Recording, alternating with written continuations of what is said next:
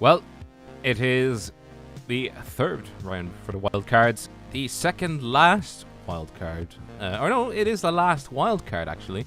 Next time around, we will be at the Twin Ring Mortegi Ovals with the 2008 version of the IndyCar FW12s.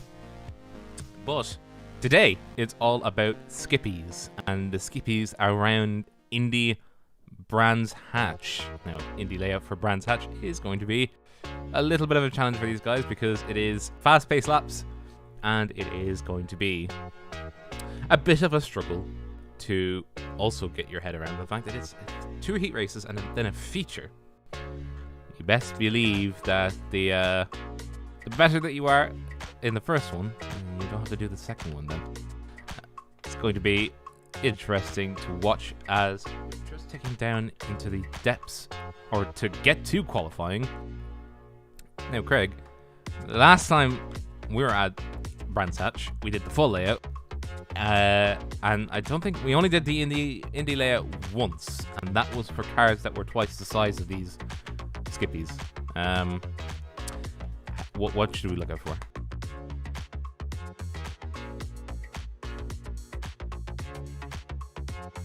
Ladies and gentlemen, the iconic corners at the start of Brands Hatch. So the run down to Paddock Hill when you're on the Brabham Straight, down Pilgrim's Ride into Druids, that tight hairpin that is Druids. And then, of course, you get Graham Hill Bend, which I've always found on sim racing to be a struggle when it comes to racing. You can go side by side, but it's having the confidence. And also, it is such a obscure corner to run to. But the big difference here is there's no late apex 30s. You just go straight on, and you have a little bit of a whoopsie doodle, a little bit of chicane, as I like to say. It's not a chicane. Quick left, right into the high speed Clark. Yeah, into the high speed Clark curve. That's the best way to do it. Because it is. You can't call it a chicane. You can't call that bit where the GP layout goes to the Indy layout. You cannot call it a chicane. But it is not something you can take flat out. You have to do a little bit of a left, then a little bit of a right as you set yourself up for the final corner, which of course is Clark. So that promises to be a challenge. But one thing I think we've got to mention, as we're just seeing the information there, yep, 24 Celsius, 75 Fahrenheit. Today, with a click of a button, a champion is crowned, because all Adam Facaponte in the 150 needs to do is take the grid. And in that special pink livery he's got for breast cancer awareness for his... did tell me this, and I apologize, Adam. It's for his aunt. Right down. It is for his aunt, who passed away from breast cancer. And of course, cancer is never a good thing. So, always the 2 fingers up to cancer, and especially breast cancer. Got his standard tributes as per usual, but the pink car today, there it is, that lovely pink car for his aunt, and I think that's a nice tribute, especially around here. I did tell you, I had my own health scare this week anyway. For those who don't know, I have 3 brothers. One of them, his partner, actually, got COVID while we were all present in the room having a get-together after about 7 or 8 months of not being together. So I had to deal with getting an antigen test, which was not pleasant whatsoever. But, cleared, but never good. Never good. Never good either. But I mean, that was cleared. I am double vaxxed, by the way, so keep your heads on the swivel. But I do see that was a tear in the ground. Yeah, and I think we can all agree of fuck cancer, and I will say. Yeah, I gotta be honest. You probably had it closer than me this week with the health scares, but I've had my neighbours get down with it. I've had someone I played table tennis this week sat next to them give me a text message.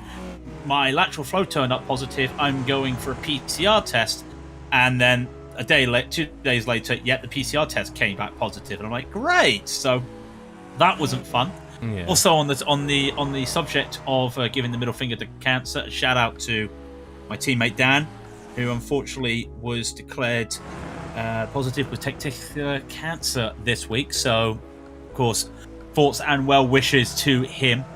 It's never good, but we are talking about cancer, but we also have to talk about the charity for today's race. The American Society for the Prevention of Cruelty to Animals, otherwise known as the ASPCA, I mean, stuff like this is like second nature to me. I know people from the British version of the RSPCA. I've always liked helping them out, and I actually used to live at the local centres now, and with their adoption processes and helping out distraught animals and animals that are locked up and in cruelty. So the ASPCA does the exact same thing for in the North America region. Always fantastic. They're based in New York, but of course they are the charity for this week's wildcard races. Do give them a look out if you have time. ASPCA.org. Fantastic. Once again, animal charities to me are fantastic, and have a charity like this where you can even adopt. I know I've been to America. A lot of places you can go and adopt pets. Pet shops. You can adopt like stray pets that they found. You can help out and everything. But ASPCA trying to be like I said, like the RSPCA. They haven't got the same rights and abilities as the RSPCA does in England, but as they've got their own animal forces in America. But the ASPCA doing what they can to give them a go. Qualifying is starting. I know we do have these two feature races, the two quali races. We still do have to declare the grid to see how they will grid up for that first race. So qualifying right now is happening, and I believe it is 4 laps around here on the very quick 51-second Brands Hatch. And yeah, we're going to be only going for qualifying for 5 minutes, but at the very same time, everybody's going to be in and out essentially, just done and dusted. Where's Tia? But like what Sam Watley is doing right now as he's preparing to set his first lap around the Indy layout for Brands Hatch. Now, I think we should explain why this is called the Indy layout. Are you going to hand that to me almost like you don't know? Because I do know. Yeah, I remember it's because they used to run Indy on this layout. They used to run. Yeah. Back when Indy was not just an American-centric thing, but I just think to myself, good God, if I mean it's very small. It is very small. This layout. I have no idea how back in day when we just had these are little dinky cars. These are the perfect cars for this layout, as I think that is Sam going pole with a 52.5, and then Adam Patraponte goes with a 52.3, and the times are starting to come in quite rapid.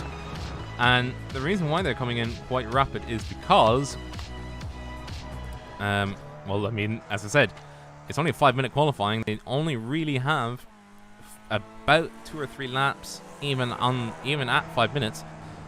Oh, there goes Adam Patraponte, rear kicking out wide. Now, let me see.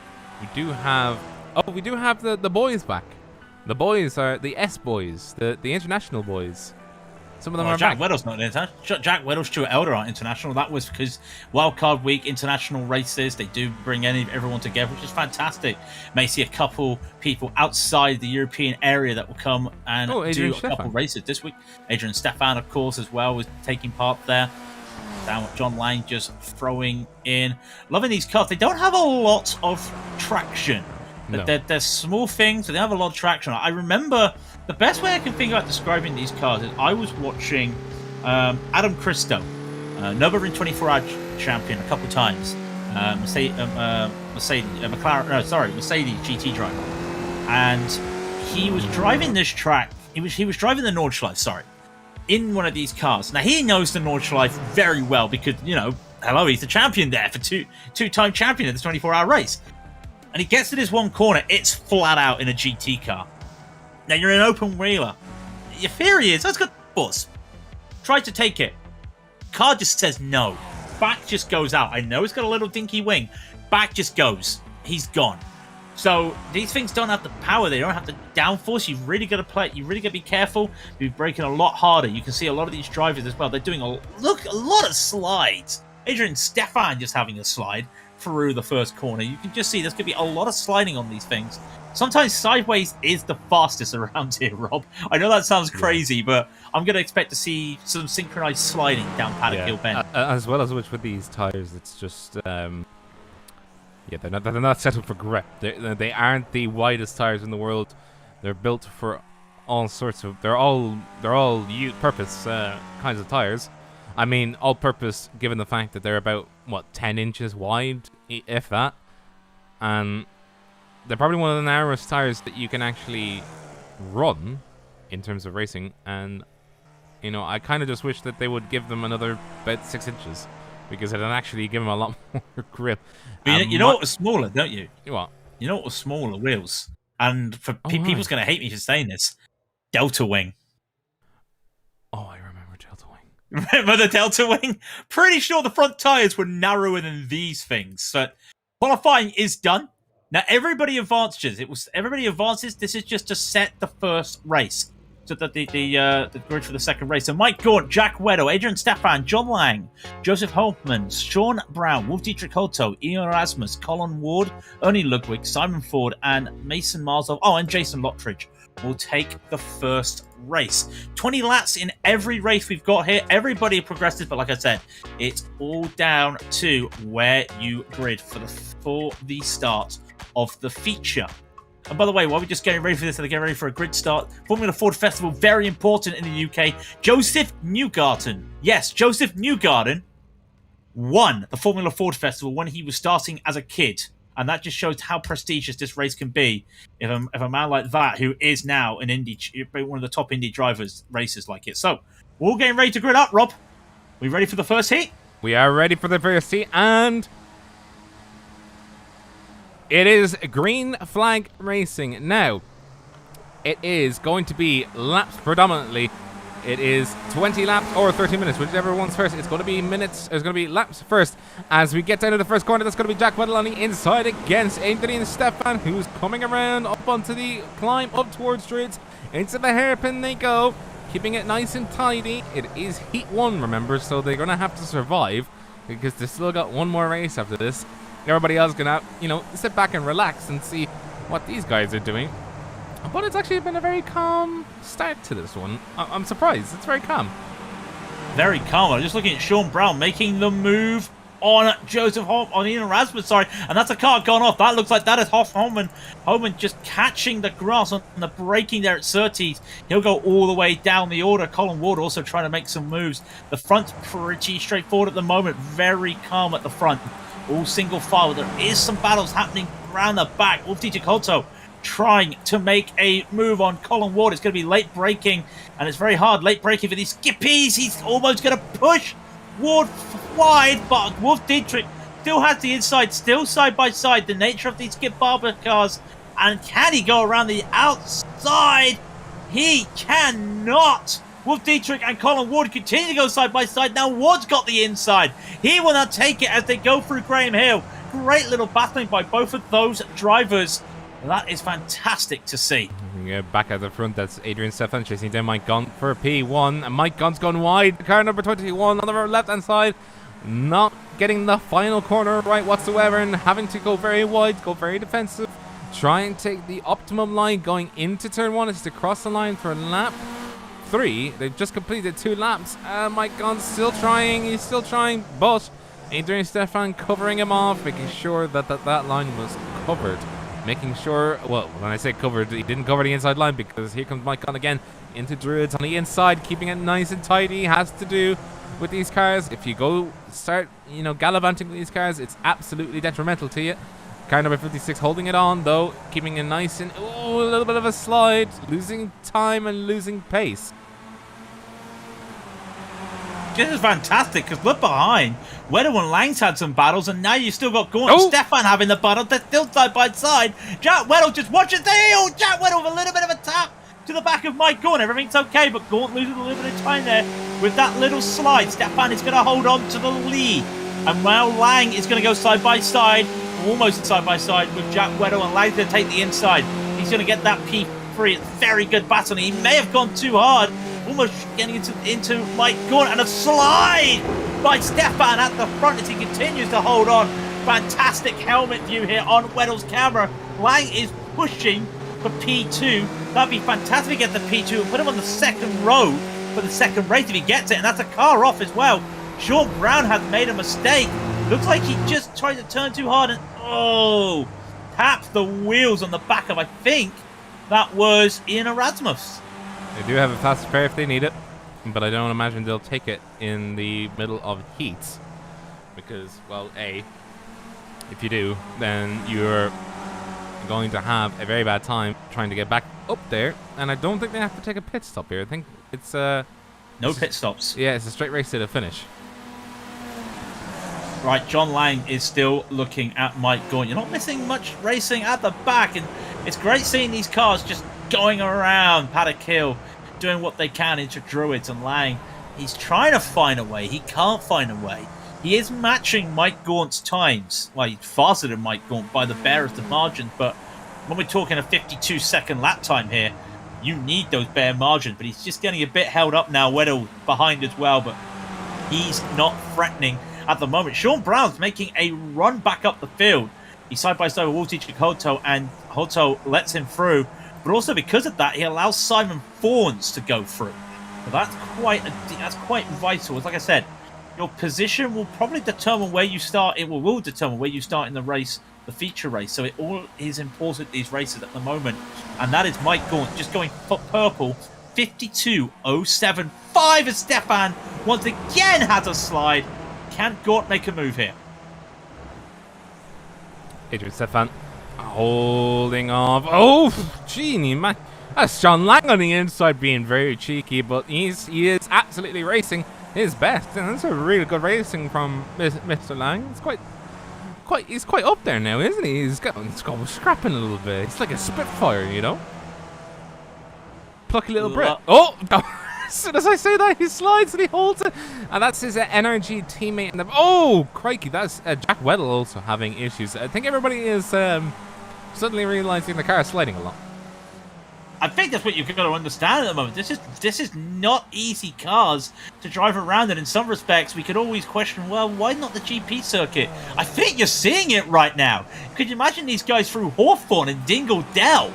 It would have to be sideways galore. Lang's got a chance at late braking, and he's going to go for it. Has he overcooked it? I don't think he has. He's now going to just allow Gaunt to get a good run. But Mike, there's nowhere. Into Graham Hill, it is a tough corner to make an overtake on, even with all that runoff as Gaunt uses everything. They come together. Ooh. They came together, and Gaunt's going to lose the position. He goes down to 4th. No damage by the looks of it, but that was definite coming together. In fact, I do see some scrape marks on the nose of Gaunt's car.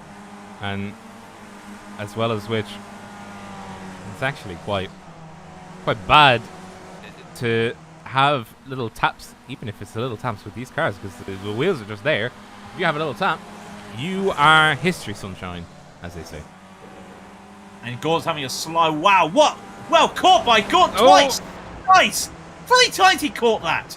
That was lovely. I want to see that, actually. I want to see how he managed to do that. Mike Gaunt, by the way, we're on board with them.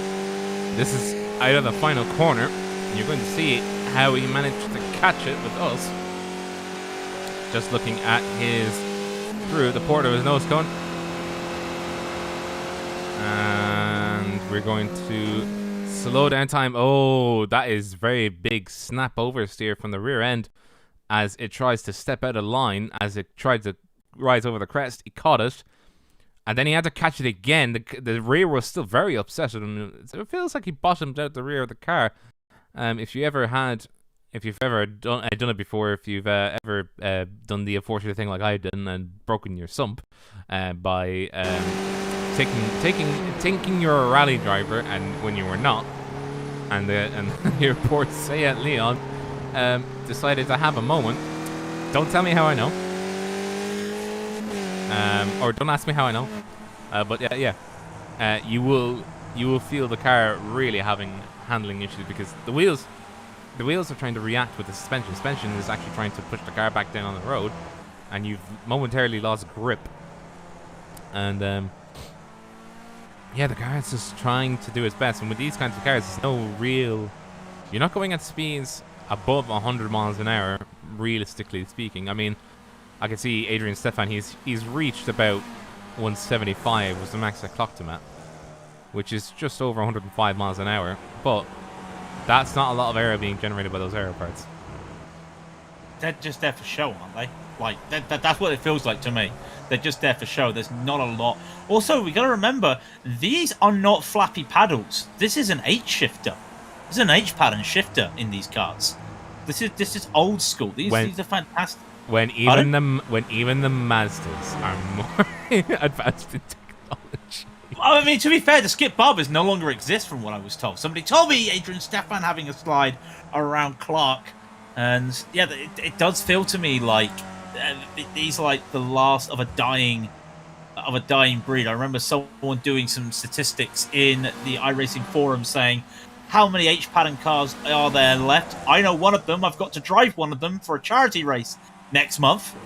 Yep. But there aren't a lot left in iRacing. But these, like, one thing you've got to remember, that when people always say to you, hey, I got out of rookies, what should I do?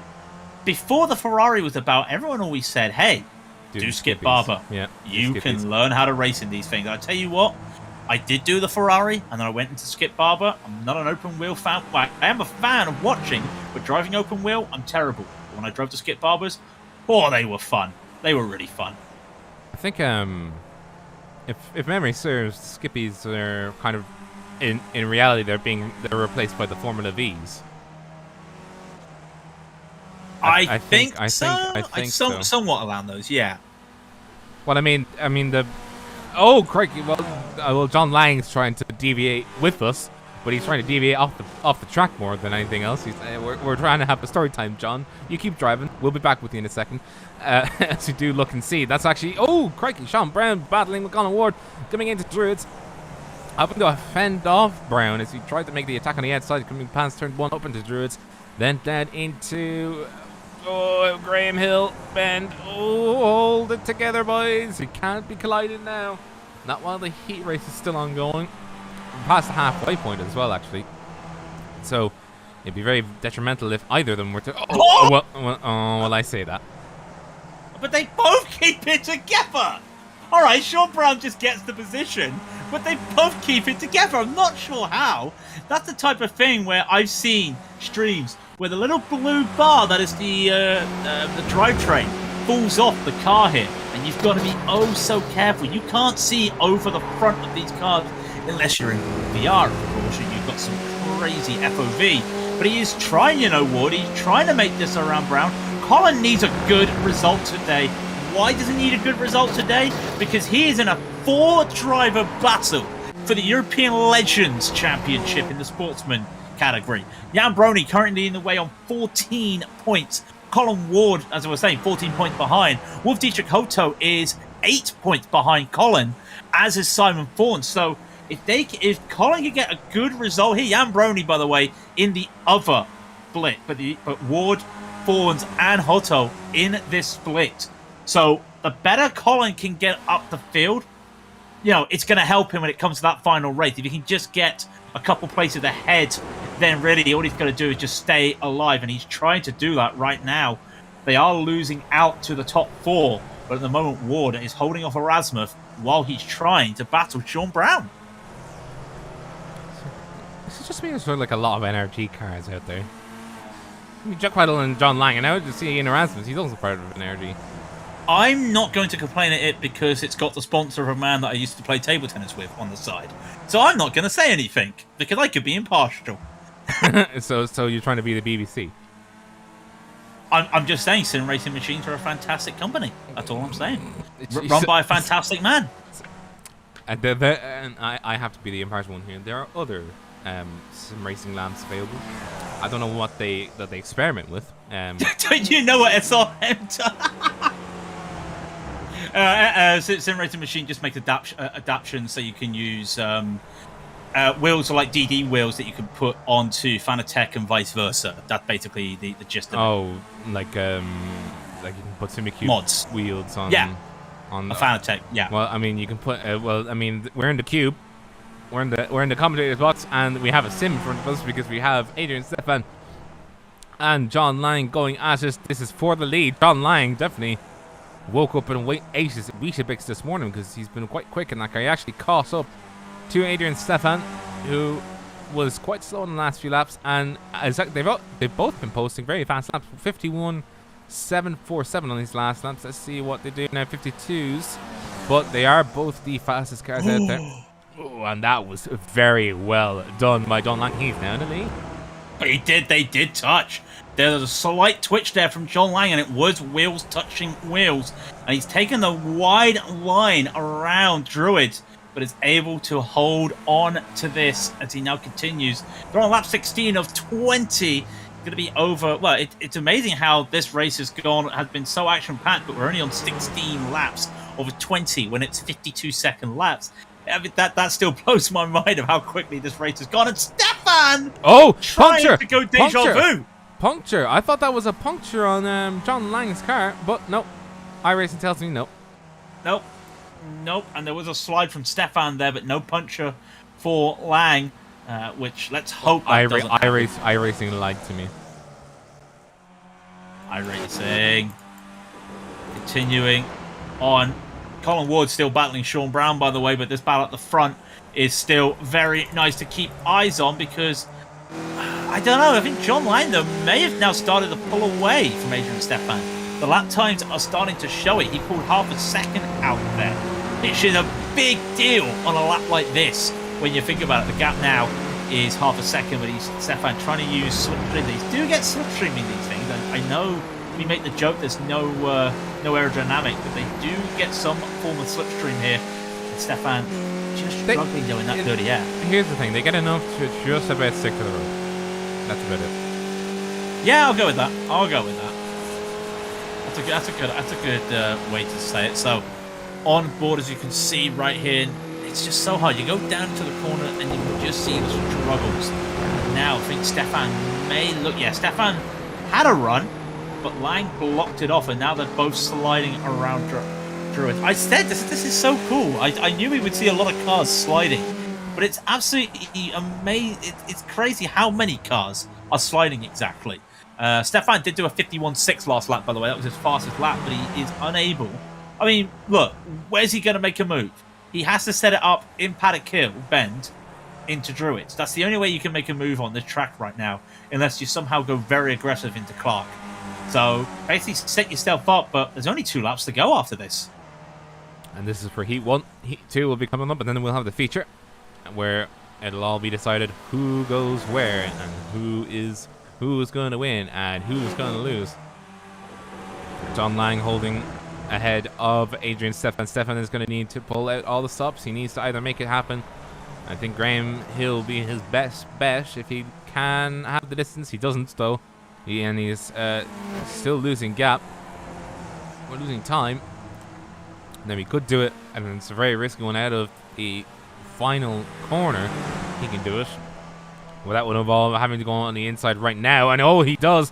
Going on the inside goes Adrian Stefan. Holding on the inside. John Lang has this forced out wide because there's a car on his inside. And he's going side by side as we go across the line. This is going to be the car 48 because it's the car 56. Who gets it there? 4,000ths of a second separate them as they cross the line. That is going to be Adrian Stefan just by the whiskers. No, but they're still going. Still going. It's white flag. It's white flag. I got the lap. And John Lang's gonna go for the slingshot. He's gonna go for the slingshot and the room left from Stefan. He's gonna go for the slingshot to take this. Has he overcut it? I don't know, because now Stefan looks like he wants a slingshot. They're gonna go into Graham Hill with the inside covered by Lang. Lang may cover this, but the inside is so treacherous around Graham Hill, and Stefan's gonna pull out to the side. It will give him the outside for Clark. This is going to be crucial. They don't come together. Stefan giving him the room. A bit of sliding. They're both going to slide round Clark. Wide goes Stefan. Can he hold on to it? This is going to be one hell of a move. There is a lap car in the way, but he's not going to interrupt. They can't. They touch. They're okay. It's going to be a sprint to the finish line. Rob may be right with those gaps, but it's going to be the other way. More touching. Who gets it? Who gets it? It's Stefan. Wow. Adrian Stefan by 1/10,000th of a second crosses the line. Wow! Dead heat in the first race, and everybody else comes across the line. I think Sean Brown may have had an issue. I'm not sure. Did he just cross the line and then? Yeah, he crossed the line and parked it. Crossed the line and parked it. Yeah. Ooh! I've got on my screen a dead heat. And let's be brutally real here, Rob. You can't deny this. Adrian Stefan did that around the outside of Clark. He did, yeah. He did, yeah. Now, while we wait for Heat 2 to get started, your results up on your screen. Stefan, John Lang, Weddle, Gaunt, Brown, Ward, and then we have the rest of the guys coming home now. We have to show this to you quickly because as soon as Mr. Mason Marzolf crosses the line, their results go away. And I have to apologize to everybody by saying, oh, you see, there you go. I chose it at the exact right time. Then we have Heat 2. Heat 2 is going to consist of Adam Pachaponte, Thomas Silvernagel, Sam Watley, Thorsten Oliver Zimmerman, Jan Brony, Brendan Kluge, Stuart Elder, Gary Thomas, Kenneth Reeder, Kyle Graham, Patrick Neese, and Brett Trosen. Now, I do actually want to take a look at Adam Pachaponte, his livery. Let's see if I can get a focus. There we go. Nice livery. Yeah, he's running the livery for the ASPCA. I keep wanting to see the RSPCA, but enough about that because we're about to go racing already. Everybody's lined up except for Kyle Graham. He did not take to the start. The green flag waves now, and everybody's off. That's a very slow start from Brett Trosen in the background. Unfortunate for him. Advajamonte gets a good start, and Thomas Silvernagel is going to hold off Sam Watley as Thorst Oliver Zimmerman and Sam Watley go at it between each other, going down to the first corner. Side-by-side action between the car 18, the car 313 as they go into Druids. Then it's right into the Druids. That's Sam Watley on the inside. That's Thorst Oliver Zimmerman on the outside, holding it together, keeping it nice and tight, trying to keep a wheel and nose ahead, if anything, trying to keep himself in play, but he doesn't. He loses the position, and that's a car gone off. That's Brandon Kluge in the background. He's losing a few positions, and there's a fight, and Kenneth Reeder, Patrick Neese in the background. You're probably thinking, when am I going to breathe? It is probably right now. Well done, Rob. Well done, Rob. Thorsten Oliver Zimmerman trying to make a move on Sam Watley. Not working out for him, but he is continuing to just hold on. Adam Pachaponte has gone away with this lead. Had a fantastic start there, has to be said. I think a couple of these drivers having some struggles at the start, but Pachaponte doing well. There's a slider. There's a slider. Steven Eagle's gone sideways down into Druid. He's gone off. He's going to come back onto the track. He may lose a couple of positions. Meanwhile, Zimmerman is trying to go around the outside of Watley. It's not going to work for him. He may let Jan Brony in here. He does not. That's fine. Steven Eagle's gone all the way down into 6th position after that drama. And now, as everybody just lets Adam get ahead, Adam's just gone at the moment. The battle at the moment is between Sam Watley, Thorsten Oliver Zimmerman, and Jan Brony. Remember, Brony needs a good result to keep himself at the front of that feature race for the Legends. Championship's now decided because Adam takes the grid. Two of them gone off. That's Zimmerman and Watley both committing the same offence of going wide coming out of the last corner. And that has brought Jan Brony and Gary Thomas back into the action as Jan Brony looks to see if he can go into second versus Sam Watley, punishing Sam for making a big old mistake coming out. But Sam Watley clapping back with a mixtape of his own, and that mixtape saying that 313 is better than ye. And the HGA go back to 5th, please. There you go. I made something rhyme for once. As Jan Brony, car 88, still trying to battle Thorsten Oliver Zimmerman as he tries to get around Graham Hill, and that is going to be Gary Thomas in the blue and dark silver color, looking to the inside of the car number 80, the multicolored Dreamcoat car. Because I mean, it looks very nice, but it's and that's a little. They're almost coming together. They're almost coming together. And now, hey, look, Steven Eagle wants some of this. We had 2x2 last lap. We almost got 2x2 this lap. And Thorsten Oliver Zimmerman had set that up by trying to follow Sam Watley, and it's taken a while. And he's finally getting into the back, falls into the back of no, Brony. Brony is in the wall. Brony's in the wall. Sorry, that's Thomas in the wall. Now, can Jan Brony get back on track? This is vital. If he can get back, take the quick repair. He's still in the race. Try and get as many positions as he can. Gary Thomas has towed, though. Gary Thomas towed, but Jan Brony with no rear wing got back on track, and he's going around, but he will have probably the hell lap of his life because he'll have to avoid, as best he can, avoid having to make any issues. Try and keep himself nice and tidy. And by the way, not watching all this and just sort of on his own in his own little world is Mr. Pachaponte, as he is trying to keep the car from sliding too much. I'm just having fun. Adam's just having fun. Everything's happening behind him. He's not the fastest on track at the moment. but he's the most consistent ever since he got ahead. Nobody's with him. He's just there on his own, just enjoying the time. Well, you just cursed Brett Trosa by saying no, because he came out of one so hot he went to grab it. I'm sorry, Brett, but can I just say, Jan Brony is still out there with no wing. He doesn't have any nose damage. He got rear-ended, remember? But that is not a good car to be driving with no wing. Now it really is a Formula V, Rob. That's a Formula V now. Well, technically, the Formula V doesn't have front wing either. And the Formula V doesn't have side pods. You get what I'm trying to say. But this battle at the front, though, with Kluger and Zimmerman just continued until Zimmerman goes wide again. Another car losing it there. Now he's got Siebernagel going to send it in. Can Siebernagel take this? The two multicolored Dreamcoat cars are now battling the way. That's the 77 of Siebernagel and the 80 of Force and Oliver Zimmerman as they come down into Graham Hill Bend. What can Force and Oliver do? Can Zimmerman make this? He can't do anything at the moment. I mean, you can go late braking to Clark. So many different braking areas and lines you can take for this final corner. He's unable to do it this time around.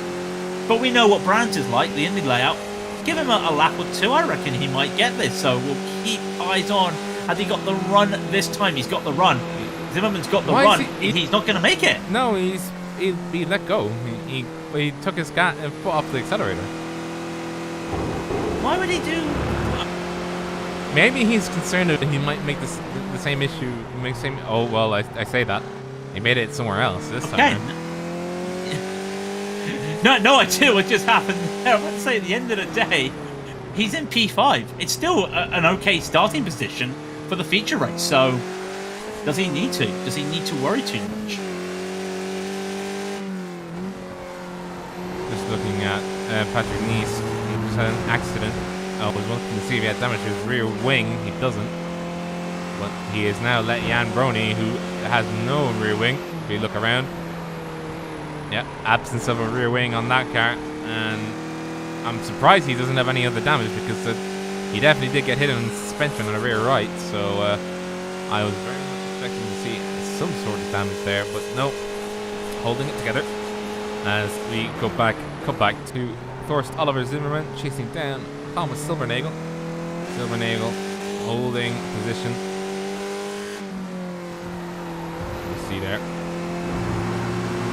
Kind of have to go very wide for a frame. It's one of those corners that it would almost be practically asking for a more streamlined corner, but I don't think they're going to change it anytime soon. No, it's a tough corner. Like I said, it's a tough corner full stop because in some sims you don't have that massive runoff. Some sims do, some sims it varies. So, in the old days with the Simcades, you didn't have a lot of runoff there, and you were worried because you'd hit the grass and you'd spin off.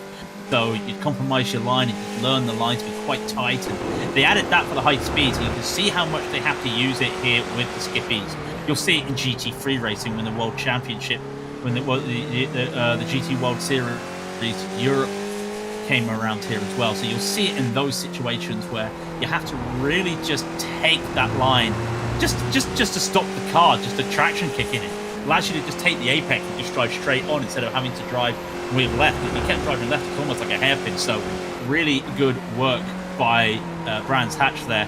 I mean, there are other things we can talk about Brands Hatch, but we won't talk about today unless there is free time. But Zimmerman is just watching the two cars in front. They look like they're starting to have a little bit of a dicey battle. That is Brandon Kluger and Thomas Siebernagel. They're now starting to have some fun, I reckon. We're on lap 10. We're already halfway through the race.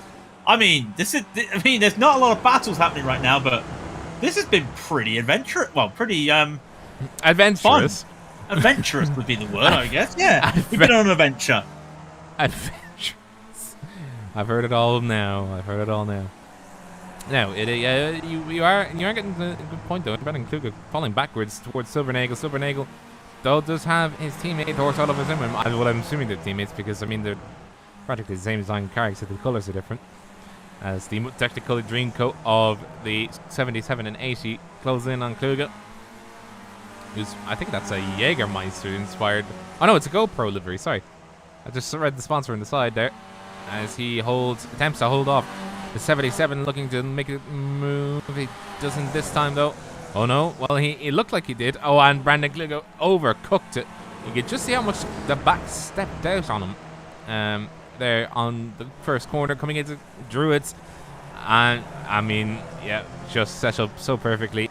Kluge didn't do himself any favors by going as wide as he did, coming through turn 1, sliding all the way through, and now having to hold off Thor Oliver Zimmerman. Remember, Silvernagel can assist his teammate by backing Kluge up when it is most advantageous, and Kluge having to hold off both cars now, as on the inside goes Zimmerman, and he's going to try and do the 40 in just before he gets into turn 1 and secure past turn 1.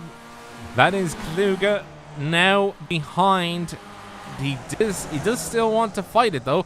Oh, and well, that's going to end in tears as that continues. They just tapped each other. Rear left wheel touches front right of Kluge, but he has to yield. Has to yield. Good driving there. I'm surprised Siebernagel, he could have compromised his line to give his teammate a little bit of a slipstream there on the start straight. Decided against it, and Zimmerman did have the run. Good little driving there. Almost came together. Thankfully, they didn't come together. Nice little battle, by the way, Rob. Just behind them, Jan Brony battling Kenneth Reeder. Remember, we were talking about Jan when it comes to the Legends Championship, leading the charge by 14 points. Now, if I recall right, in the first race, his closest competitor, which is Colin Ward finished in 6th overall. And you can think that, Jan Brony's in 6th as well. So, I mean, dare I say it, does that mean they're going to start on the same line together if it stays like this? But Jan having to make sure he holds off Kenneth Reeder. He's got quite a gap at the moment. He's now starting to gap Kenneth.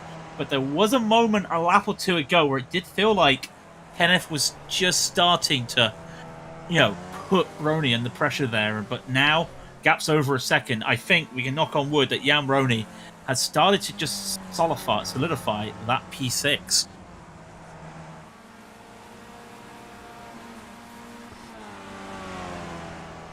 Now, we do have... It has turned into civil war, I think. As Thorfinn Zimmerman looks to the inside of Thomas Silvernagel coming into turn 1 as he tries to secure something. At the very least, a little bit of something. And just trying to see if Silvernagel will retaliate. Silvernagel will. I don't think Silvernagel wants to necessarily allow Zimmerman just to get up into 3rd willy-nilly. And the two of them also need to catch Sam Watley before the race is done, so I think there's a bit of a radio communication. Zimmerman, if Silvernagel is faster than you, can you please confirm you understand this message? While Zimmerman's constantly going, I'm faster than Thomas. Faster than Thomas. Let me through. Let me through. And that may actually happen now, actually. Because it does feel like... No, Zimmerman's just going to... This is interesting. Zimmerman's going not to race his teammate, which he's totally inclined to. But how much is this going to hold him up? They're matching times. And now I'd say Kluge was catching. Kluge just decided that he would take a joker or he would take a style point slide through Paddock Hill there. So he, unfortunately, was on the back of them. It did not pay off for him. He almost went a full 90 degrees. So at the moment, these two teammates of Silvernagel and Zimmerman, they're happy. They're happy, just plodding along at the moment. Sam Watley is just trying to make sure, like I said, Zimmerman could lead them to Watley, but I don't know how long it's going to take them. Can Silvernagel? Don't think so. So that just allows Adam and Sam at the front to just relax. Wouldn't say put their feet up because they've still got to use the pedals, but they can just relax a little bit. Sam Watley, the 4th driver now to break the 51-second barrier into the 51-second barrier. As the guys behind him are now battling each other and doing absolutely nothing to help themselves because that gap is forever increasing if the two of them are battling. I do sense that they probably thought to themselves, we can't make up 3 seconds in 5 laps, so all gloves are off. But I mean, that gap was only about 2.5, and on this lap alone, they've added about half second. So I mean, if they could have focused, they could have ever so slightly been closer, and probably would have been able to catch some slipstream if they had so desired. But on that last lap alone, they lost at a minimum of half a second to Sam Watley, and are now continuing to go backwards. Talked about Alan Patrimonti, 6 seconds ahead of everybody else, and is just coasting along. Was half a second faster than Sam Watley in that last lap. Is now currently the fastest driver out there. He's setting the pace in P1. He's got a lap car ahead of him. I think that's going to be the car of Patrick Nice. It is. Patrick Nice, unfortunately, not having a great day. He had an accident that put him out of all sorts and has not kept up pace. Brett Trosten, by the way, who had that pretty lackluster start in 9th. Stuart Elder, it's probably going to be, him focusing on the actual race once that comes around. Kenneth Reader in 7th. Jan Brony, still rear wingless, is now caught a few positions back. He's almost back to where he started. He started in 5th at the start of this race, so he'll need to continue. He's only got 3 laps, and I'm pretty sure this is the extent of what he can claw back in terms of positions. Brandon Kluge in 5th. After he got overtaken, he has lost the back end of the group ahead of him, the car 77 and the car 80. Speaking of which, car 77 and Thomas Silvernagle in 4th, battling his teammate Thorsten Oliver Zimmerman. 2 of them probably not going to go. Oh, well, I mean, they say that they took a second off out of Sam Watley in that last lap, so what do I know? Sam Watley might need to start looking at his rearview mirrors in a second, and as I mentioned, he is in 2nd. And then of course, we already mentioned Patrimonti leading the race. He's now 7 seconds ahead of everybody else.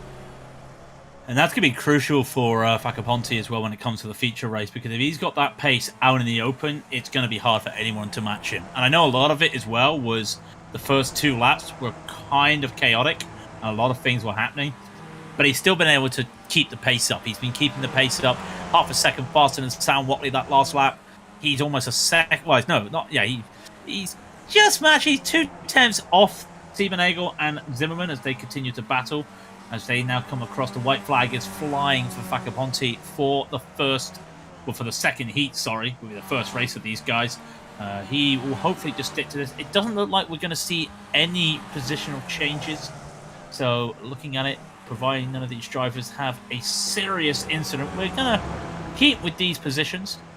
And then we'll have our little break, our little 5-minute breather for these drivers before we go into the feature. Remember, everybody goes through. So everybody you've seen does go on. It's not like the Rallycross where people did not advance, but they will be going through to the feature races. As Alan Facaponte now, just 1 straight left to go. He will take the win in convincing fashion as he crosses the line right about now. There we go. Facaponte will lead away. Sam Watley will come across shortly for P2. There's going to be no drama between the teammates as Zimmerman will take P3 and Siebenagel will take 4th. Brandon Kluge, by the way, taking 5th. Jan Brony will take 6th. Kenneth Reader 7th. Stuart Elder in 8th. Brett Trosten in 9th. And what's even worse is that Patrick Nice is actually towed. And Gary Thomas is DQ'd. Oh, he DQ'd. Oh dear. Well, he is, as I say, in the doghouse, I think, because that would be a big oof. Yeah, DQ'd for incident points. Looking at it, so because it's a shorter race, it's a lower incident point rate, as you can understand. So unfortunately, DQ'd should allow him to get into the final race, and of course it does. So because of the way it goes with fastest times, it'll be Adrian Stefan who will be pole with Alan Facaponte beside him. John Lang will be 3rd. Sam Watley will be 4th. Then it's Jack Weddle and Forsen Oliver Zimmerman on the next line. Mike Gaunt and Thomas Siebernagel will be 7th and 8th respectively. 9th will be Sean Brown, and 10th will be Brandon Kluger. Now that sounds pretty interesting, doesn't it? Well, let's just get a little bit more interesting, because you've got Colin Ward 11th, Jan Brony 12th. 2 of the top drivers in the Legends Championship on the same row. Jan has a wing, though, when it comes to this feature race. So I'm pretty sure you could say that gives him the advantage. What advantage? It just basically just goes down to ties. So Jan Brony will have to fight beside Colin Ward. Ian Erasmus will be 13th, Kenneth Reader 14th. Simon Fawns, who's also in that battle for the Legends, he's 15th, and 16th is Stuart Elder. Wolf Dietrich Holto is 17th. Same points as Simon Fawns in that Legends. He's right behind Simon Fawns, but Holto will take 17th. Brett Tozer will be 18th. Joseph Homan will be 19th. Patrick Neese, after his DQ, does get 20th. Jason Lottridge, 21st. Gary Thomas will be 22nd. Ernie Ludwig will be 23rd. Kyle Graham, if he's still here, 24th. And Mason Marsoff will be 25th. 25 cars around this very tiny track. Can they fit 25? Well, I say that. You know, if you've ever watched... Of course they can fit 25. Yeah. If you've ever watched the British Touring Car Championship race weekend that they've done around here, they've got Mini Coopers, they've got the British Formula 4s, of course they've got the touring cars around here, so it is doable, totally going to happen, but can they fit 25 cars around this small track? What am I talking about? Of course they can. So, it's going to be fun though. I'm actually looking forward to it, because like I said, you don't see these type of races a lot on course. The Skip Barbers, the closest things to replicate the Formula Fords. Fantastic to see. It's fantastic to see the Formula Ford Festival full stop. If you ask me, Rob, because like I said, the amount of like drivers who have gone through that and gone. Like I said, Joseph Newgarden came to England to race in the Formula Ford. He won the festival. He did 2 years in the Formula Fords. I think it was Formula Ford Formula Ford Palmer in the Palmer cars. So he did that. He tried to drive at GP2.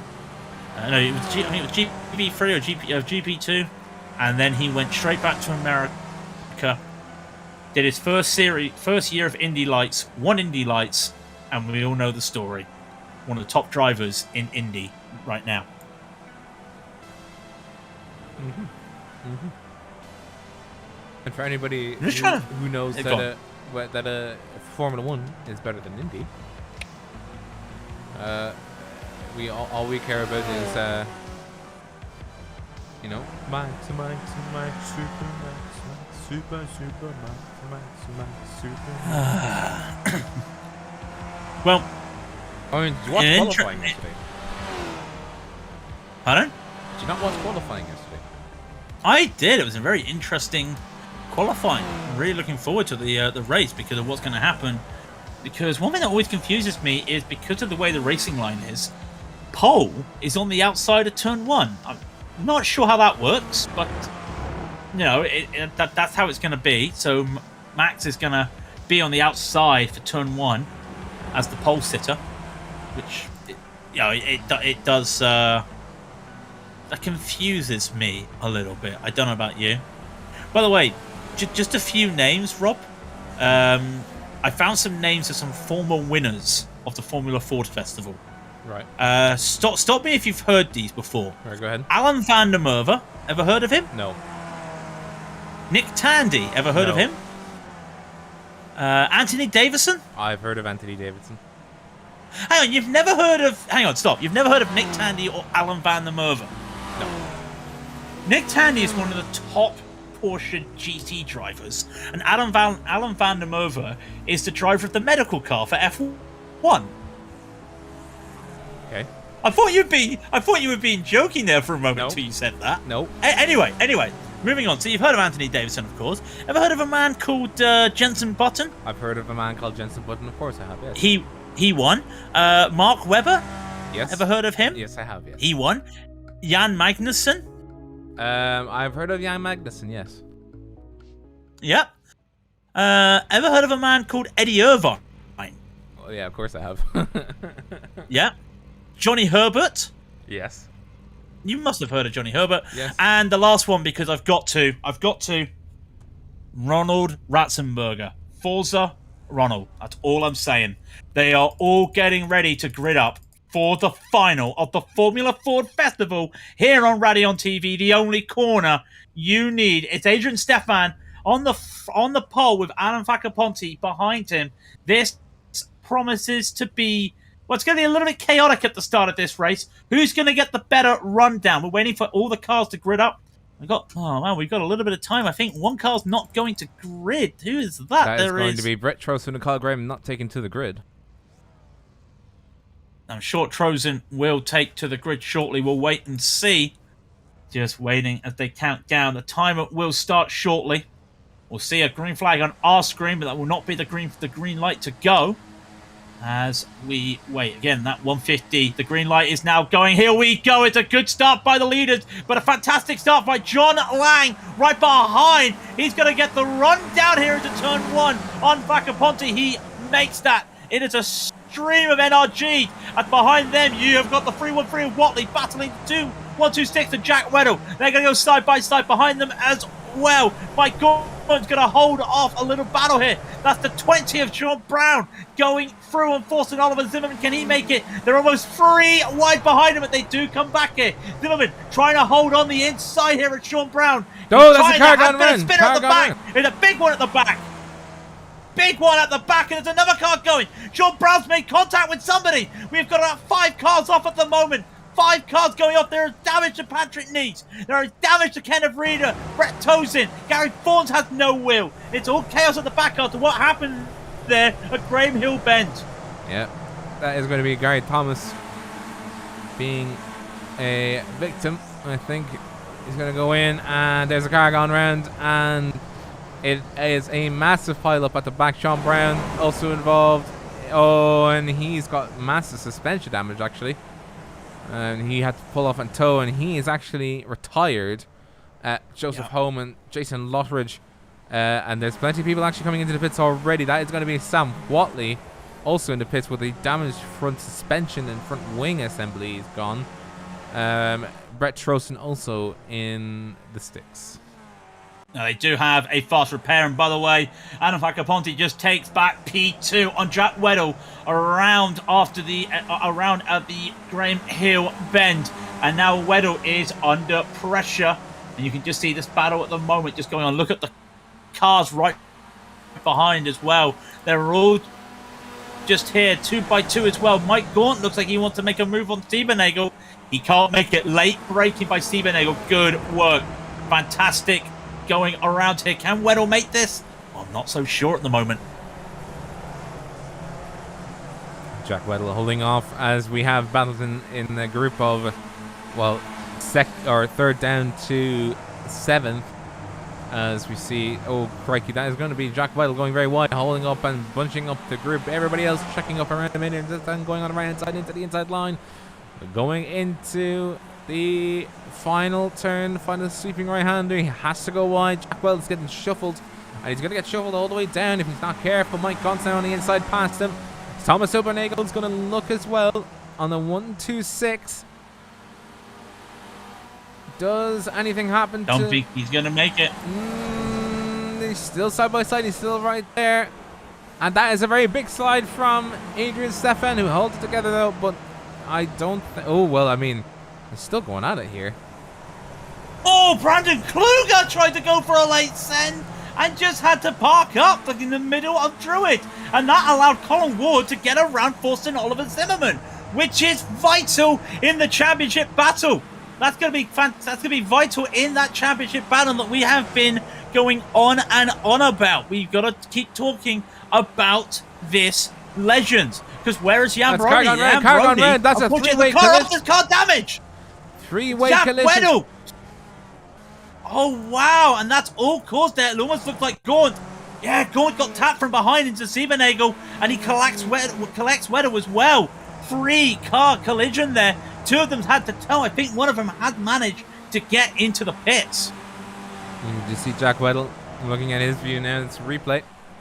And that was a collision in front of him. Car ahead. And, yeah, he's just a passenger at that point. And that is quite a bit of damage. That is going to be... Let's have a look at Silver Nagel's viewpoint. And see what happened to him. Car... Oh, he just rear ends the... Yeah, re-entered. He was not expecting the braking, and then when they got tied together, unfortunately, that was Weddle. He was just caught in the middle there. What more could he do? Unfortunately, so that's him out of it. Simon Fawns now in a little bit of a battle here. He's got Rasmus behind him, and Jan Brony's trying to get a double toe, but it's not working out for him. Simon Fawns currently sitting P3 in the Legends Championship. Colin Ward, but that P4 at the moment, is looking very good to take the lead with one race to go in the major series, and that'd be fantastic. You want to be at the top as late as possible, and that might be good for him. But Simon Fawns, he's going to be battling at the moment, and in this orange livery, it does remind me of Orange. Remember Orange, the mobile network? That reminds me of at the moment. Yeah. Simon Fawns. Yeah, it does remind me of that. There is a battle, though, up ahead. Brandon Kluger is battling Thornton Oliver Zimmerman. He lost that position to Zimmerman earlier on the lap, and he wants it back. I mean, he gained 5 places. He'll be 4 now. Also, we're talking about places gained. Colin Ward's gained 7 places, as the mustard little Skip Barber is currently sitting in P4. Of course, Oliver Zimmerman holding on. Brandon Kluge, part 2 of the battle, and and he's in a... Oh my god, how did he do that? He tipped Somebody can we buy him a lottery ticket, please? That was a new set of pants. New set of pants, lottery ticket, you name it. Colin Ward just had a slide as well around Graham Hill, but he's okay. He was sliding the back of that car out, and he is having a little bit of a struggle at the moment.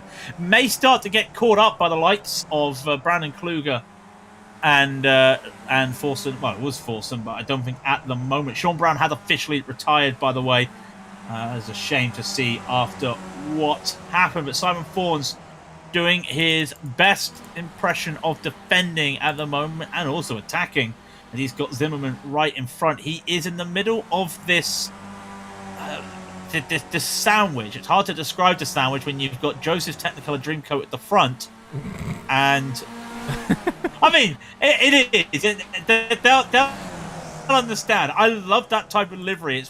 It's the style that the paint splatters on my NASCAR.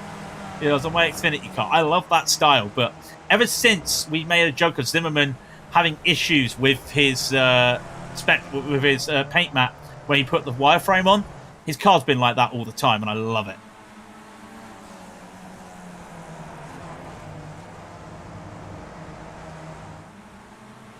So it's a little bit quiet at the moment out there. I was trying to do the math because the camera's looking at Mason Murray stuff, and he's like, somebody's passing him. Oh no, wait, that's going to be a lapped car. We do have battles in the front though. That's going to be Simon Thorns and Zimmerman, and doing battle with Zimmerman, of course, the survivor of the two Technicolor Dreamcoat cars, and he is 3 if you count Patrick Neese. Where did Patrick Neese? Did Patrick Neese take the green? That was the lap car they just went by. Oh, yeah, Patrick Neese is still out there. He unfortunately had that lap 1 incident with everybody else. Zimmerman is trying, but you can just see Simon's got a nice little line around Clark that's working for him. It limits what Zimmerman can do. Zimmerman's trying to find the run, but it's not happening for him. And you can just see now Fawns goes to the inside, tries to defend the inside. Love this camera view that you just see. And that's just gone there, but that camera view you saw from the suspension, fantastic. A little bit of a twitch there from Zimmerman there, but he holds on, and like I said, you can see right behind, Ian Erasmus is waiting. He's just waiting for his moment. He can feel that these two might get a little bit racy. We're halfway through the race at the moment. There's 11 laps to go, so we're not halfway through the race. But you get the idea. We're almost halfway through the race. Oh dear, oh dear. Can Fawns hold off Zimmerman? It would be huge if he could.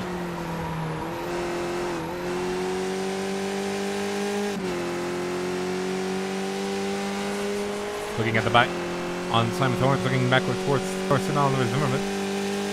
And we're seeing the sort of the oh dear moment that Simon Thorne has. He's not catching Brandon Kluge at a pace that is expedient. He was 4/10 of a second lap faster on that last lap to him.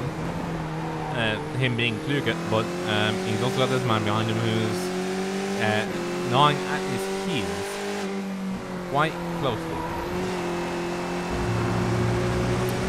Have you? I mean, it's been a while since you've driven Skip Barber's. It's been a while since I've driven Skip Barber's. Can you remember the feeling trying to look behind and in these things and seeing somebody? And, oh, hang on 1 second. Thornton slid. Oh! Thornton slid. No, Zimmerman, there's nowhere to go. There's not a line there, Forston. And how none of those drivers have massive damage, I don't know. But for Simon Thorns, this is the Legends Championship. This is the Legends Championship. He was leading with that position. He wasn't leading, sorry. He was in good position. But now he's gone behind Jan Brony. He's behind Mike Gaunt. It don't matter for Mike Gaunt, but he's lost a lot of time. He could have used that to take a position Jan up Brony's in the championship. slowing down quite badly, actually, according to this. Anyway, according to Jan Brony's himself. Oh, Zimmerman's off. Zimmerman's off. Zimmerman's off. Has he got damage? Yes. Oh, yes. I think Zimmerman's got damage. Zimmerman. I think that rear right is quite damaged. There's sparks. There are sparks, and I don't know what it is. Trying to have a look at the moment. There is something scraping on that car, and it is slowing him down. It's okay, there are 9 cars out there. They're still going around, but they got damage.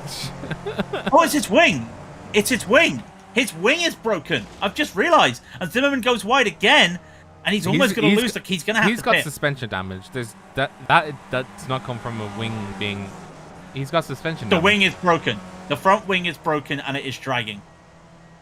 It's And he will have to take that quick repair. Well, no, it's more than that as well. Look at the car. Look at the car. As it comes to the pits, the suspension will be rewrited. Let me see.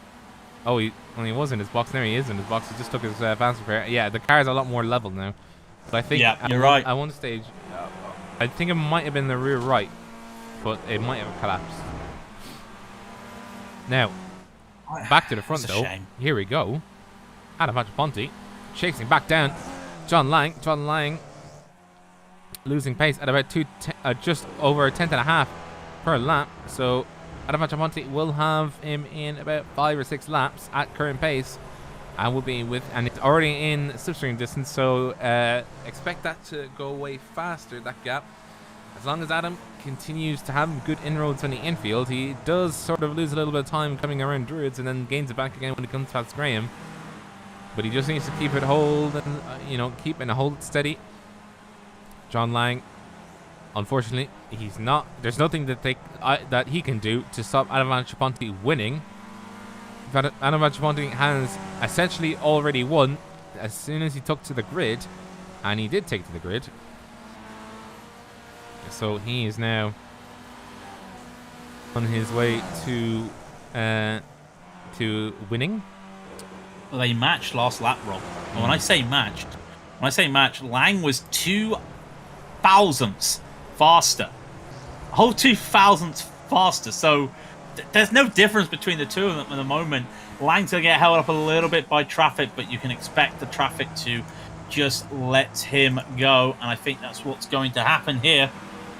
Just waiting to see. He does indeed. He gets out of the way. He'll probably get out of the way of Ponte as well, but Lang does lose a little bit of time in the fact, that's not the line that you want to see a slow car if you're Adam Ponte, but he does get by, and yeah, you can see Trozen. Sorry, going into the pits there. There is another lap car. Gaps come down to 0.8 of a second as we start lap 16 of 20. There are 5 laps to go, and the lap car coming around for Adam Ponte, having to get around that quick. That was Mason Marzoff. So he is trying to catch, but it might be too little too late. With all the lap traffic around, I don't know if Adam can do this. He doesn't need to. All he has to do is finish. Have you ever heard of a racer, Rob, that has been so complacent with a P2 when they can see the lead? Yes, he's won the championship, but I'll tell you right now, he's a racer. Adam will want this win. P2 would be fantastic for him. Another top 5, fantastic.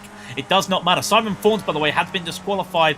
That will be for incident point reasons. He will go down at the order, and that is probably his Legends Championship chase gone, which is a shame to see. All from that one incident, really, when you think about it. But we're battling now. John Lang, Adam Facaponte, 0.7 is the gap now. You can see it. You can see it on that lovely timing tower. It closes, it gains, it closes, it gains. It is just a matter of inches at the moment, I feel. Just one mistake, and these guys, they're the only ones not really going sideways. It still is going to be... What's the word I'm looking for? It still is going to be...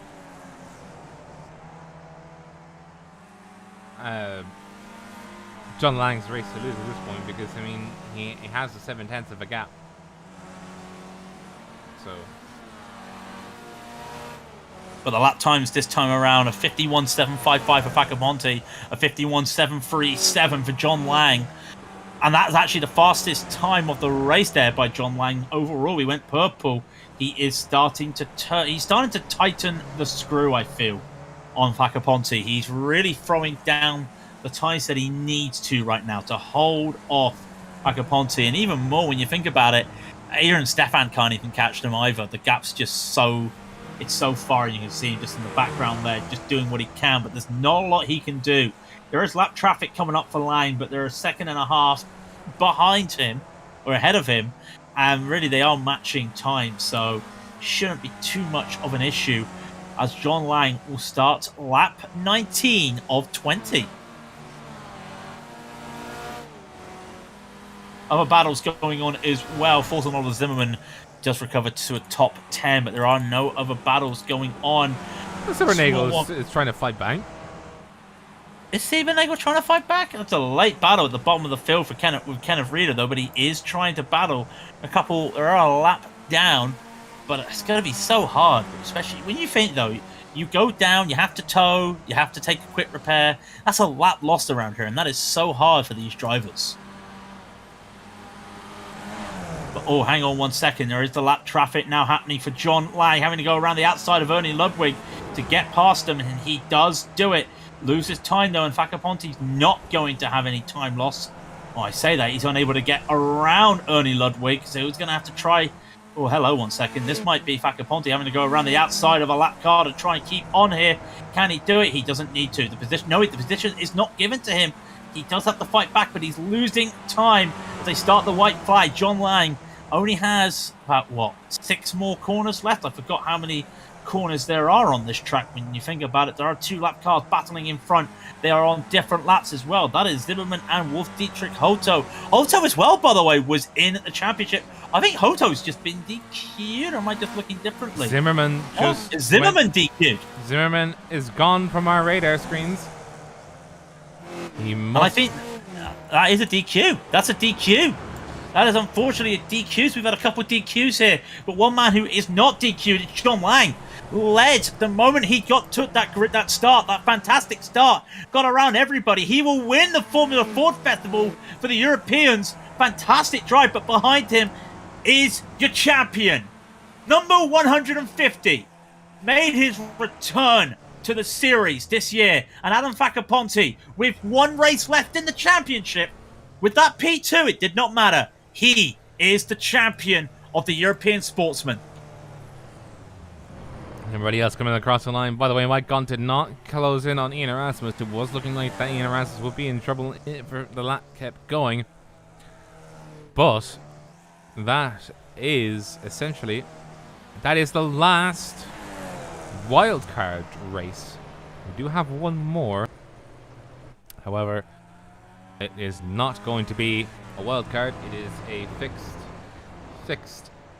fixed car of the 2008 IndyCar spec around Twinnering Mortegi.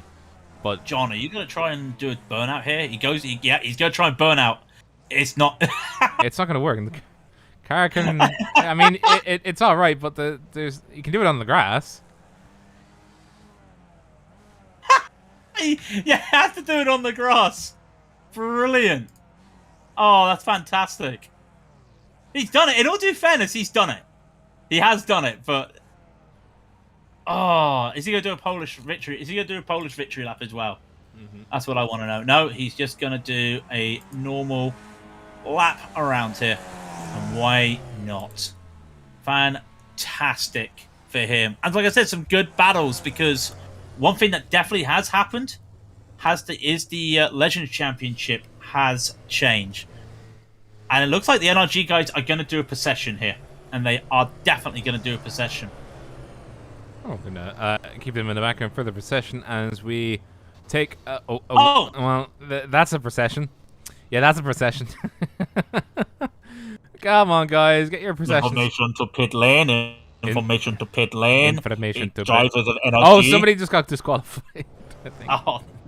Let me just see now. Can I get them on the replay and get them in slow mo? Can I get them in slow mo? Here, hang on. No, hang on. Has it died? I don't know. They're doing burnouts now on the dirt. Oh, wait, hang on. No, wait. The replay just decided to die on me for some reason. Okay. Well, I want to do something here, Rob, because he may not be a winner this week.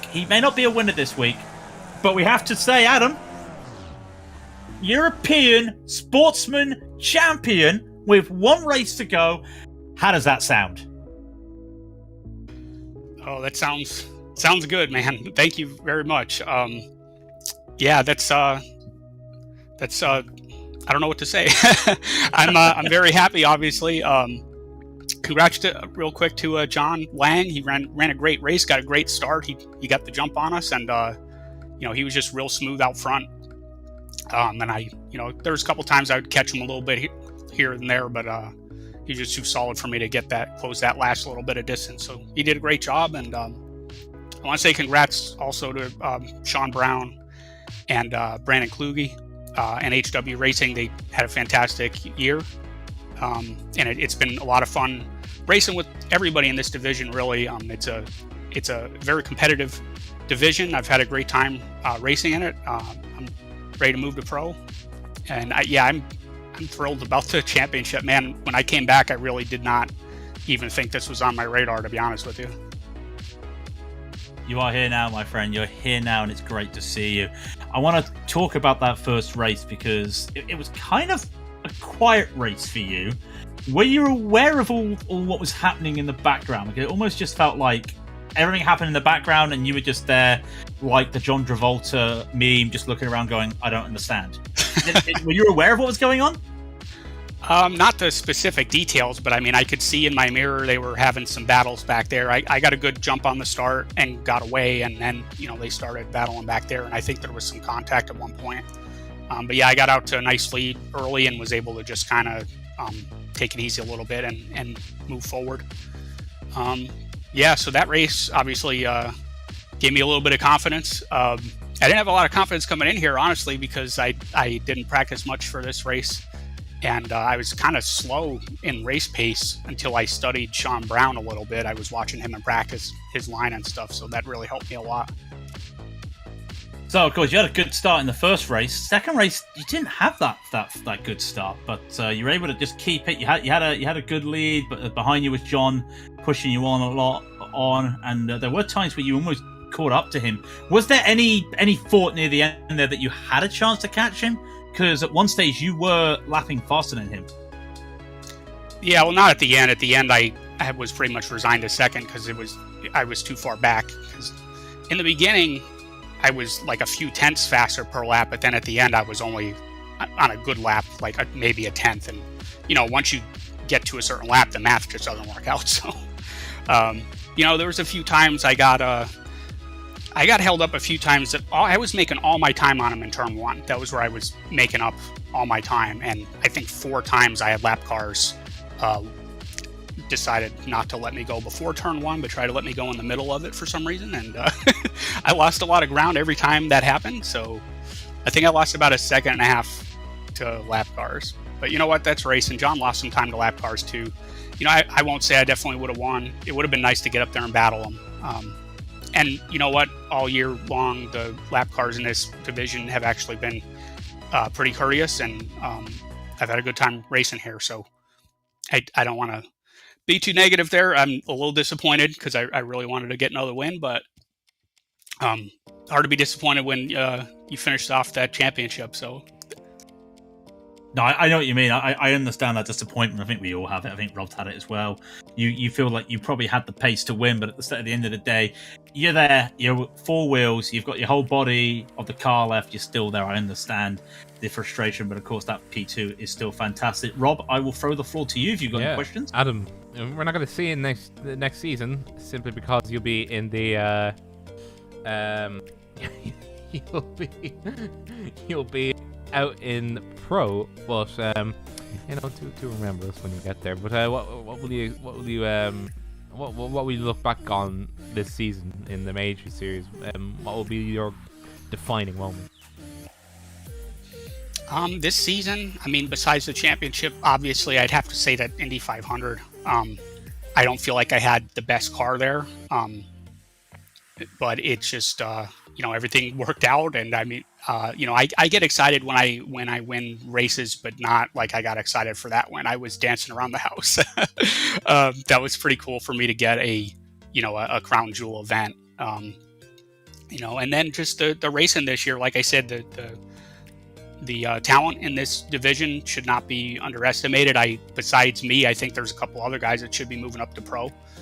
There's definitely more pro level talent in this division, and and again, like I said, John Lang, I mean, he did a great job. I won't even say if I caught him, I definitely would have passed him. I mean, he was really solid. He wasn't making mistakes, so congrats to him. Congrats to everybody. Congratulations, everybody. I'm just thrilled, man. I'm just happy to be here. I'm happy to be back racing. I took a year off last year, and I'm just thrilled to be back here and see what pro holds for me next year.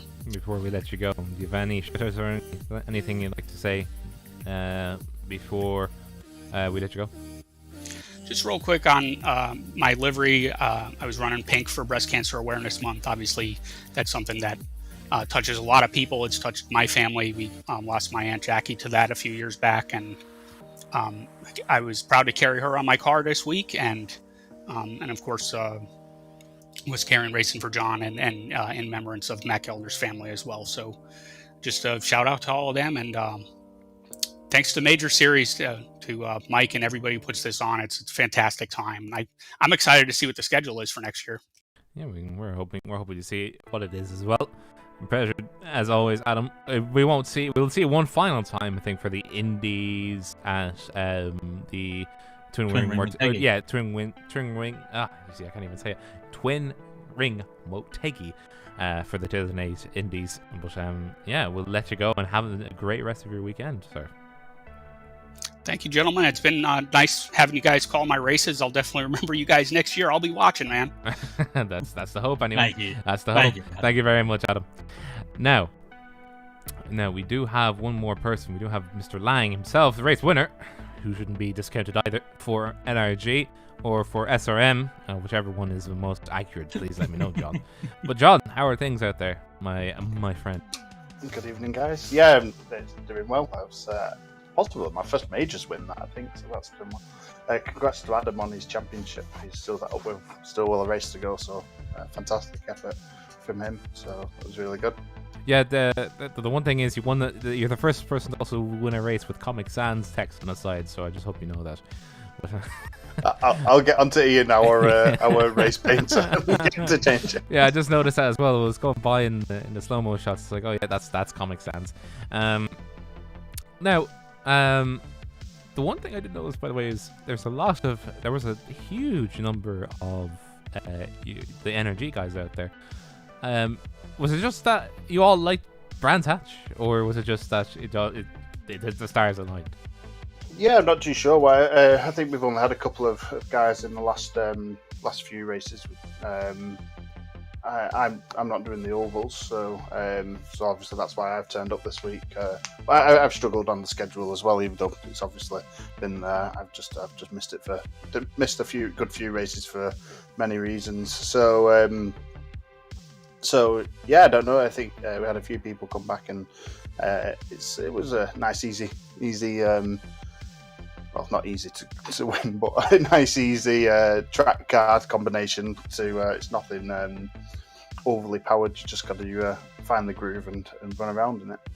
Yeah, and it did seem. Well, I mean, it did seem that it was, not the worst thing in the world, but they did slide around a lot.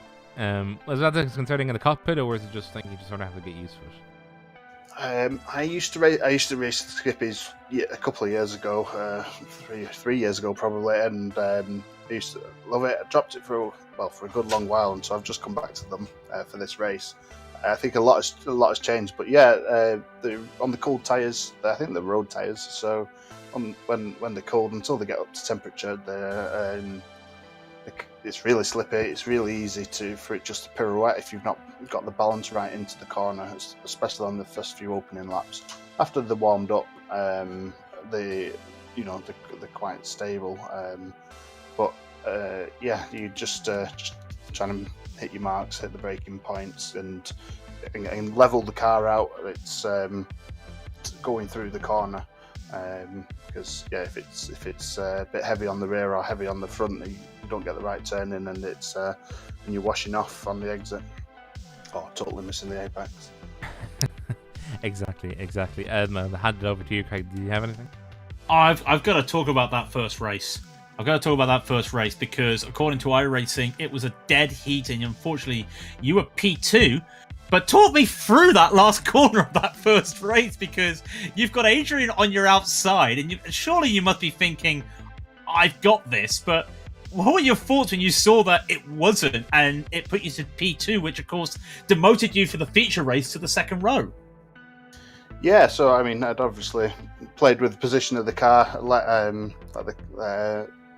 Who was it on my outside? I let them go up onto the outside. Adrian. I thought, well, I'll have the shorter run to the line, and it doesn't matter what I do. I'll just, I'll get in because I'm going the shorter distance. It didn't seem to work out that way.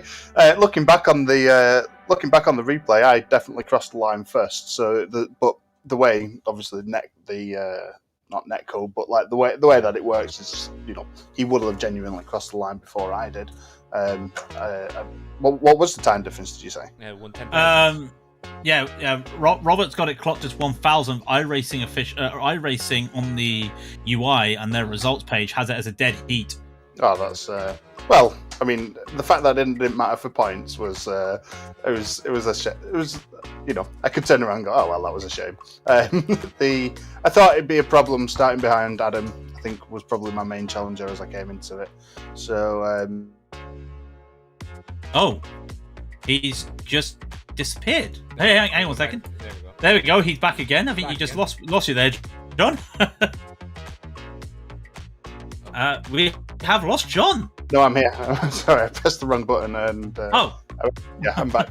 Sorry. So I was, I thought Adam would obviously be obviously he's doing really well, so I thought he'd be the main rival. So to start behind him, I was a bit worried on there, but I think I'm not sure. I jumped somebody at the start. I got Adam on the start. He was on my left, wasn't he? So I pushed him out, and then I'm not sure. Turn 3, I went side by side, and something happened then behind me, and I came out second and a half in front. So I don't know whose fault that was. That's quite possibly my fault, but I think I was should have been all right going side by side. I was on the previous corner, set that up and planned to drop the second gear and go through there and run it side by side, and I don't know what happened. I've not actually watched it back yet. So we know that you said that you're skipping the ovals, so this will probably be the last time we see you this season. So I think it's fair enough to give you some shout-outs, because it is probably the last time we'll see you this year. So the floor is yours to give any shout-outs. I think I know who you're going to mention. Yeah, we're on here. We've got SRM, not a sponsor, but a fantastic company that I think most of us have worked with. So go check out their sim racing products. Shout out to my mum and dad. They've sometimes watch or often watch, so I don't think I've shouted out to them before. And I think we're running. You call a few of the races that I'm in. So yes, check us out in other leagues and bits that we're doing.